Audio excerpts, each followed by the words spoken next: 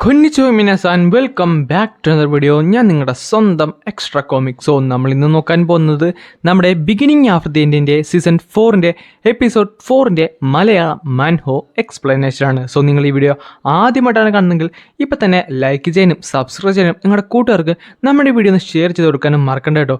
പിന്നെ വേറൊരു കാര്യം പറയാനുണ്ട്, ഇതേപോലത്തെ കുറേയധികം മാൻഹൂസും ആനിമീസും എല്ലാം നമ്മൾ എക്സ്പ്ലെയിൻ ചെയ്യുന്നുണ്ട്. എല്ലാത്തിൻ്റെ ലിങ്ക് താഴെ ഡിസ്ക്രിപ്ഷൻ ബോക്സിൽ കിടപ്പുണ്ട്, അതെന്തായാലും ചെക്കൗട്ട് ചെയ്യാൻ മറക്കണ്ട. സോ നമുക്ക് നേരെ എന്തായാലും വീഡിയോയിലേക്ക് കടക്കാം. അങ്ങനെ ഈ എപ്പിസോഡ് തുടങ്ങുന്നിടത്ത് അവരെല്ലാവരും കൂടെ അവിടെ ഇരുന്ന് ചായ കുടിച്ചുകൊണ്ടിരിക്കുകയാണ്.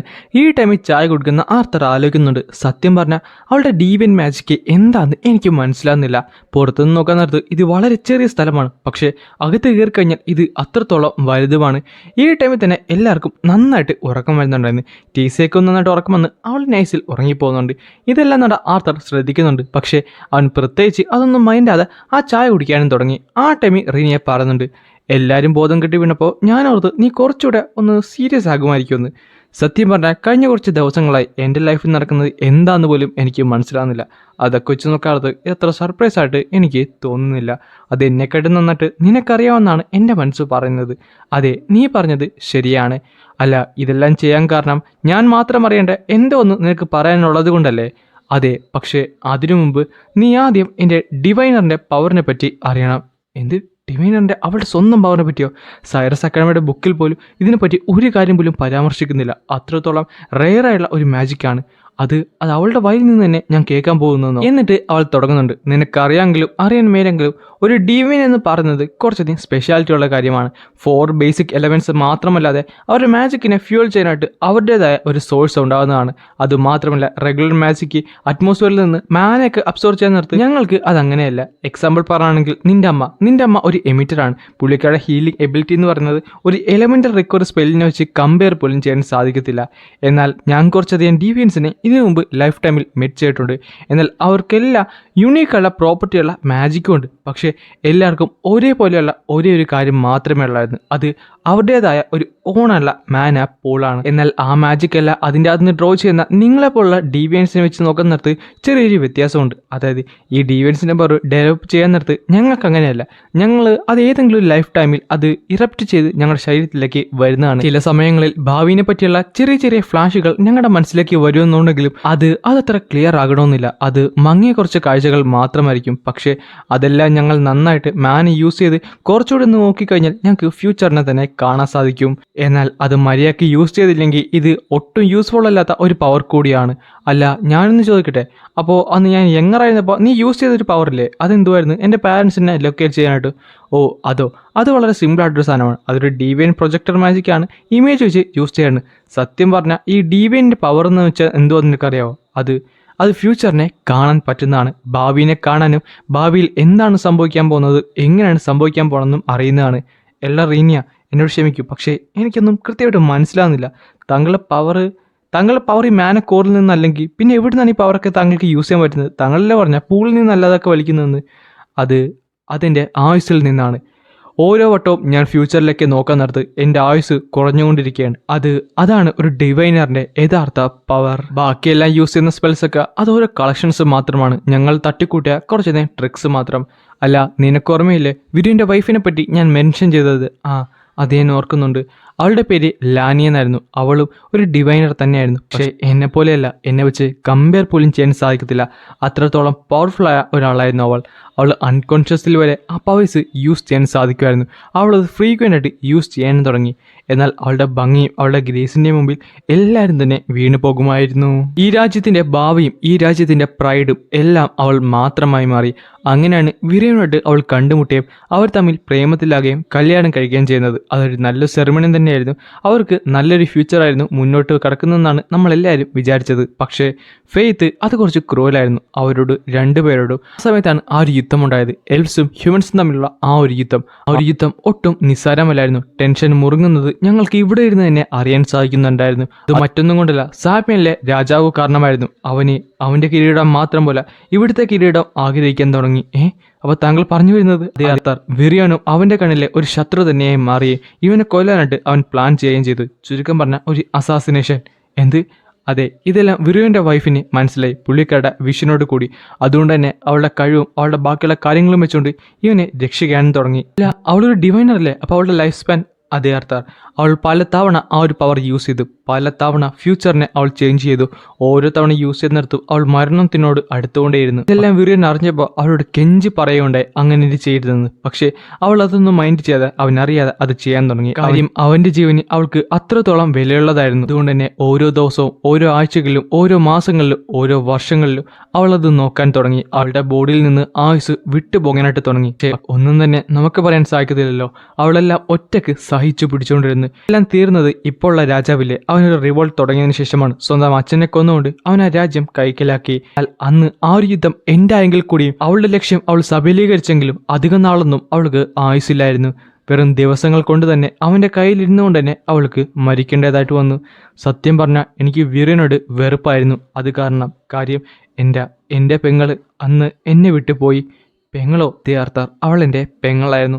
ഈ സമയത്ത് തന്നെ വിറിയനെ നമ്മുടെ ആർത്താർ നോക്കുന്നുണ്ട്. എന്നിട്ട് പറയും ഗ്രാംസ് എപ്പോഴും ചിരിച്ചും കളിച്ചുകൊണ്ടാണ് നിൽക്കാറ്. പക്ഷേ അദ്ദേഹത്തിന് ഇത്രയും ട്രാജിക്കുള്ള ഒരു പാസ്റ്റ് ഉണ്ടെന്ന് ഞാൻ ഒരിക്കലും വിചാരിച്ചില്ല. ആർത്താർ, ഇതെല്ലാം ഞാൻ നിന്നോട് പറയുന്നത് വെറും സിമ്പതിക്ക് വേണ്ടി മാത്രമല്ല. പിന്നെന്തിനാണ് സിസ്റ്ററിനെ പോലെ തന്നെ എനിക്കും ആ ഒരു പവർ ഉണ്ട് ആർത്തർ.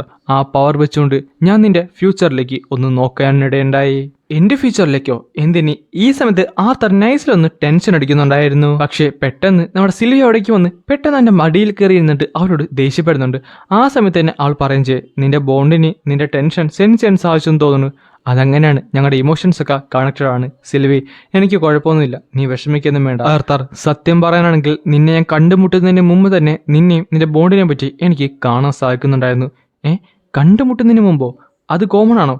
അത് കോമൺ ആണെന്ന് ചോദിച്ചു കഴിഞ്ഞാൽ ഒരു സ്പെസിഫിക് ആളുടെ പേഴ്സണെ പറ്റി മാത്രം ഈ വിഷൻസ് കിട്ടുന്നത് അത് ഇതിനു മുമ്പ് സംഭവിച്ചിട്ടില്ല. പക്ഷേ എനിക്കൊരു കാര്യം അറിയാം, ഡിക്കാത്താൻ പുതിയൊരു ഇറയിലേക്ക് മാറാൻ പോകുവാണ്. എല്ലാം കൈവിട്ട് മാറിക്കൊണ്ടിരിക്കുകയാണ്. ആൻഡ് ഇതിൻ്റെ എല്ലാത്തിൻ്റെ നടുവിൽ നിൽക്കാൻ പോകുന്നത് നീയാണ് ആർത്തർ. പുതിയൊരു ഇറയോ? അല്ല, ഞാൻ എന്തുകൊണ്ട്? ആ ഒരു ആൻസർ അത് കുറച്ച് ട്രിക്കിയാണ്. എനിക്കത് വ്യക്തമായി പറയാൻ സാധിക്കത്തില്ല. കാര്യം ഞാൻ പറഞ്ഞു കഴിഞ്ഞാൽ അതിന്റെ ഔട്ട്കം ചേഞ്ച് ആവുന്നതാണ്. പക്ഷേ ഞാൻ ഈ പറയുന്ന ഓരോ കാര്യങ്ങളും നിന്റെ ഫ്യൂച്ചറിന് വേണ്ടിയാണ്. എല്ലാം റിനിയ ഒന്ന് നിർത്ത്. കാര്യം താങ്കളുടെ ലൈഫ് സ്പാൻ ആണ് ഈ കുറഞ്ഞുകൊണ്ടിരിക്കുന്നത്. എനിക്കെന്തെങ്കിലും വേറെ ചെയ്യാൻ പറ്റുമോ? അല്ല, വിരുണിനെ പറ്റി അറിയാവോ? വേണ്ട, അവനെന്തിനാണ് അതിനെ പറ്റിയൊക്കെ ഞാൻ എന്തായാലും ആവശ്യത്തിന് ജീവിച്ചു കഴിഞ്ഞു. ഞാൻ ബാക്കിയുള്ളവരെ ഹെൽപ്പ് ചെയ്യുന്നല്ലേ കുറച്ചുകൂടെ നല്ലത്. നിന്റെ ഫ്യൂച്ചറിലേക്ക് ഞാൻ നോക്കിക്കഴിഞ്ഞപ്പോൾ എനിക്ക് ആവശ്യത്തിനേറെ എനിമീസിനും കിട്ടി. അതുകൊണ്ടാണ് കേട്ടോ ഈ ഹൈറ്റോട്ടും ബാക്കിയുള്ള കാര്യങ്ങളൊക്കെ. സത്യം പറഞ്ഞാൽ ഇത് ക്ലിയർലി എൻ്റെ ചോയ്സ് മാത്രമാണ്. അതെന്തായാലും നിന്നോട് പറയണമെന്നുണ്ടായിരുന്നു. സത്യം പറഞ്ഞു കഴിഞ്ഞാൽ നീ ഇതുവരെ അനുഭവിച്ചതല്ല, നീ അനുഭവിക്കാനിരിക്കുന്നതാണ് യഥാർത്ഥ കൈപ്പേറിയ ഫ്യൂച്ചർ.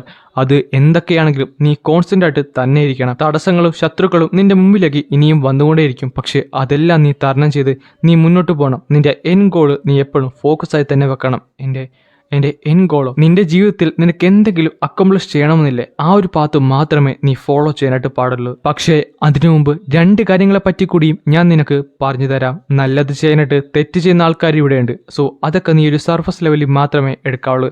രണ്ടാമത്തെ കാര്യം എന്ന് പറയുന്നത്, ഒരു സേന നയിക്കുന്ന രാജാവായിരിക്കത്തില്ല ഏറ്റവും പ്രശ്നക്കാരൻ. എന്നാൽ എല്ലാം കൈവിട്ടുപോയ ഒരു സോൾജിയർ ആയിരിക്കും. അവന് വേണം നീ കൂടുതൽ സൂക്ഷിക്കാനായിട്ട്. ഇതിൽ കൂടുതൽ എനിക്കൊന്നും തന്നെ നിനക്ക് പറയാൻ സാധിക്കുന്നതല്ല. അല്ല, ഞാനപ്പോൾ തെറ്റായിട്ടുള്ള ചോയ്സ് എടുത്തു കഴിഞ്ഞാലോ? ആർത്തർ, ശരിയായ ചോയ്സ് മാത്രമല്ല എപ്പോഴും റൈറ്റ് ആയിട്ടുള്ളത്. ബെസ്റ്റ് ചോയ്സ് നീ എടുക്കുന്നത് തന്നെയായിരിക്കും. എന്തായാലും നാളെ നിനക്ക് പോകാനുള്ളതല്ലേ, ഇന്ന് ഇത്രയും സംസാരിച്ചത് മതി. നീ എന്തായാലും പോയി റെസ്റ്റ് എടുത്തോ. അത് കഴിഞ്ഞ് കാണിക്കുന്നത് നമ്മുടെ ലൂക്കസിനെയാണ്. അവനാട്ടെ കുറച്ചധികം പേരായിട്ട് അവിടെ നിൽപ്പുണ്ടായിരുന്നു. അവൻ പറയും ഇതാ ചീപ്പ് സാധനമല്ലേ മാർക്കോസ് യൂസ് ചെയ്തത്. മാർക്കോസ് അത് യൂസ് ചെയ്തത് അത് അവൻ്റെ ബോഡിക്ക് ഹാൻഡിൽ ചെയ്യാൻ പറ്റാത്തത് കൊണ്ട് മാത്രമാണ്. അല്ല, നീയൊന്നും ഇത് യൂസ് ചെയ്തില്ലേ? അത് യൂസ് ചെയ്തില്ല. അതെന്താടാ, നിനക്കൊക്കെ പേടിയാണ് ഇത് യൂസ് ചെയ്താൽ നിനക്കൊല്ലം പറ്റുമെന്ന്. അങ്ങനെ മാറി നിൽക്കാൻ തോന്നുന്നു. നീയൊക്കെ ഇത് പൊട്ടന്മാരാണ്. ആ ടൈമിൽ തന്നെ അവൻ പറയും ഇവന്മാരുടെയൊക്കെ കോറ് എന്നെക്കാട്ടും വീക്കറാണ്. അതുകൊണ്ട് ഇവന്മാരെങ്ങനെ ഇത് ട്രൈ ചെയ്താൽ ഉറപ്പായിട്ടും ഇവന്മാർ മരിക്കുന്നതായിരിക്കും. ഒന്ന് നിർത്തുന്നുണ്ടോ? നിന്നെ ബേബി സിറ്റി ചെയ്യാനല്ല ഞാൻ ഇവിടേക്ക് വന്നിട്ടുള്ളത്. നാളെ നമുക്ക് കുറേ അധികം പണിയുള്ളതാണ്. അതുകൊണ്ട് എത്രയും പെട്ടെന്ന് ചെയ്യാൻ നോക്കിയെന്ന് പറയാൻ നേരത്ത് പെട്ടെന്ന് ലൂക്കസ് അവനെ അറ്റാക്ക് ചെയ്യുന്നുണ്ട്. അവനൊരു താഴത്തേക്ക് വീണിട്ടുണ്ട്. ആ ടൈമിൽ ലൂക്കസ് പറയും അടങ്ങി നിന്നോണം, നീ താഴത്ത് നിന്ന് സംസാരിക്കേണ്ടവനാ. എന്നിട്ട് പറയും നിന്റെ ലീഡർ ഉണ്ടല്ലോ, അവന് കുറച്ചധികം പ്ലാൻസ് ഉണ്ടല്ലോ. അതിനു മുമ്പ് തന്നെ എന്നെ ബേബി സിറ്റി ചെയ്യാനൊന്നുമല്ല നിന്നെ ഇവിടേക്ക് വിളിച്ചിടലെന്നും പറഞ്ഞുകൊണ്ട് അവൻ നേരെ ആ സാധനം എടുത്ത് കുടിക്കുന്നുണ്ട്. എന്നാൽ കുടിച്ച അടുത്ത സെക്കൻഡിൽ തന്നെ അവൻ്റെ ബോഡിയിൽ ആ റിയാക്ഷൻ കാണാൻ സാധിക്കും.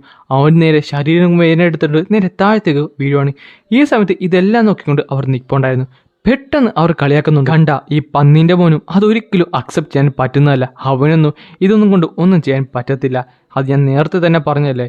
നീ എന്തോടെ പറഞ്ഞത് നായെ? നിനക്കൊന്നും ചെയ്യാൻ സാധിക്കത്തില്ല.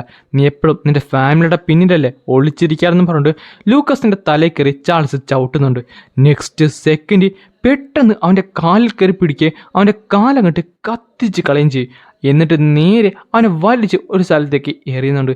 ഈ സമയത്ത് തന്നെ അവൻ പറയുന്നുണ്ട്, ചാൾസ് നീ ഓക്കെ അല്ലേ? പക്ഷേ നമ്മുടെ ലൂക്കസ് ആട്ടെ കംപ്ലീറ്റ്ലി ചേഞ്ച് ആയിട്ടുണ്ട്. അവൻ മനസ്സിൽ പെട്ടെന്ന് അവൻ്റെ ചേട്ടനുമുള്ള ആ ഒരു കോൺവെർസേഷൻ ആലോചിക്കുന്നുണ്ട്.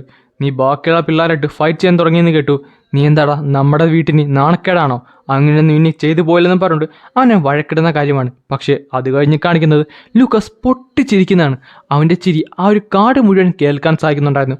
അവൻ്റെ കൂടെയുള്ളവനാട്ടെ ഇതെല്ലാം കണ്ട് പേടിച്ച് പിറക്കുകയും അവിടുന്ന് രക്ഷപ്പെട്ട് ഓടാനും നോക്കും. പക്ഷേ ലൂക്കസ് ആട്ടെ തൻ്റെ അറ്റാക്ക് അവൻ്റെ മേത്ത് ചെയ്യേ ഒരു വലിയൊരു ബ്ലാസ്റ്റ് തന്നെ ഉണ്ടാകുന്നുണ്ട്. ഈ സമയത്ത് തന്നെ നമ്മുടെ ചാൾസിനെ ഹീൽ ചെയ്തുകൊണ്ടിരിക്കുകയാണ്. അവൾ പറയുന്നുണ്ട്, ജൂണോ നീ ഓക്കെ അല്ലേ? നീ ഇവിടെ പോണ്, നീ ആദ്യം അവനെ ഹീൽ ചെയ്യാൻ നോക്ക്. ജൂണോ മരിക്കുകയാണെന്ന് പറഞ്ഞിട്ട് അവൻ്റെ കൈ തട്ട് മാറ്റിയിട്ട് അവൻ നേരെ ആ ജൂണോയുടെ അടുത്തേക്ക് ഓടുന്നുണ്ട്. പക്ഷേ അവൾ അവിടേക്ക് ചെന്നപ്പോൾ അവൻ പോയി കഴിഞ്ഞു. അവൻ മരിച്ചു പോയിരുന്നു. ഇതെല്ലാം കണ്ട് ദേഷ്യം വന്നിട്ട് അവൾ തിരിഞ്ഞ്, ഡാ നായെ നീ അവനെ കൊന്നല്ലെന്ന് പറഞ്ഞിട്ട് ലൂക്കസിന് നേരെ ഒരു അറ്റാക്ക് കണ്ടിട്ട് ചെയ്തുണ്ട്. പക്ഷേ അവളൊരു ഹ്യൂജ് ഉള്ള അറ്റാക്കാണ് ചെയ്തെങ്കിലും അതൊന്നും അവൻ്റെ അടുത്ത് പോലും എത്തിയില്ല. അതിനു മുമ്പ് തന്നെ അത് വേപ്പറൈസ് ആയിപ്പോയി. എന്നിട്ട് ലൂക്കസ് ചാടി അവളുടെ കഴുത്തിൽ പിടിച്ച് താഴത്തേക്ക് കുത്തുന്നുണ്ട്. എന്നിട്ട് പറയുകയും ചെയ്യും, ജസ്റ്റ് ഞാൻ ട്രൈ ചെയ്ത് നോക്കിയതാണ്. ഈ ഡ്രഗ് എൻ്റെ മേത്ത് വർക്കാവുന്നുണ്ടോയെന്ന് ഞാൻ നോക്കിയതാണ്. അല്ല നിങ്ങളെന്തോ വിളിച്ചാൽ പന്നിൻ്റെ മോനെന്തോ? അല്ല എന്നെ വെറുതെ വിടുന്നു പറയുന്നിടത്ത് പെട്ടെന്ന് അവളെ കൊല്ലുന്നുണ്ട്. ഈ സമയത്താട്ടെ ചാൾസ് പേടിച്ച് പറിച്ച് അവിടെ നിൽക്കുവാണ്. അല്ലടാ നീ എന്താണ് ഒന്നും മിണ്ടാഞ്ഞത്? നീ എന്നെ നായെന്നോ അങ്ങനെ എന്തോ വിളിക്കുന്നുണ്ടായിരുന്നല്ലോ. വേണ്ട എന്നൊന്നും ചെയ്യില്ലെന്ന് പറഞ്ഞുകൊണ്ട് ചാൾസ് കാറന്നിടത്ത് ലൂക്കസ് ആട്ടെ അവനെ കൊന്നുകൊണ്ടാണ് ഈ ഒരു ചാപ്റ്റർ ഇവിടെ അവസാനിക്കുന്നത്.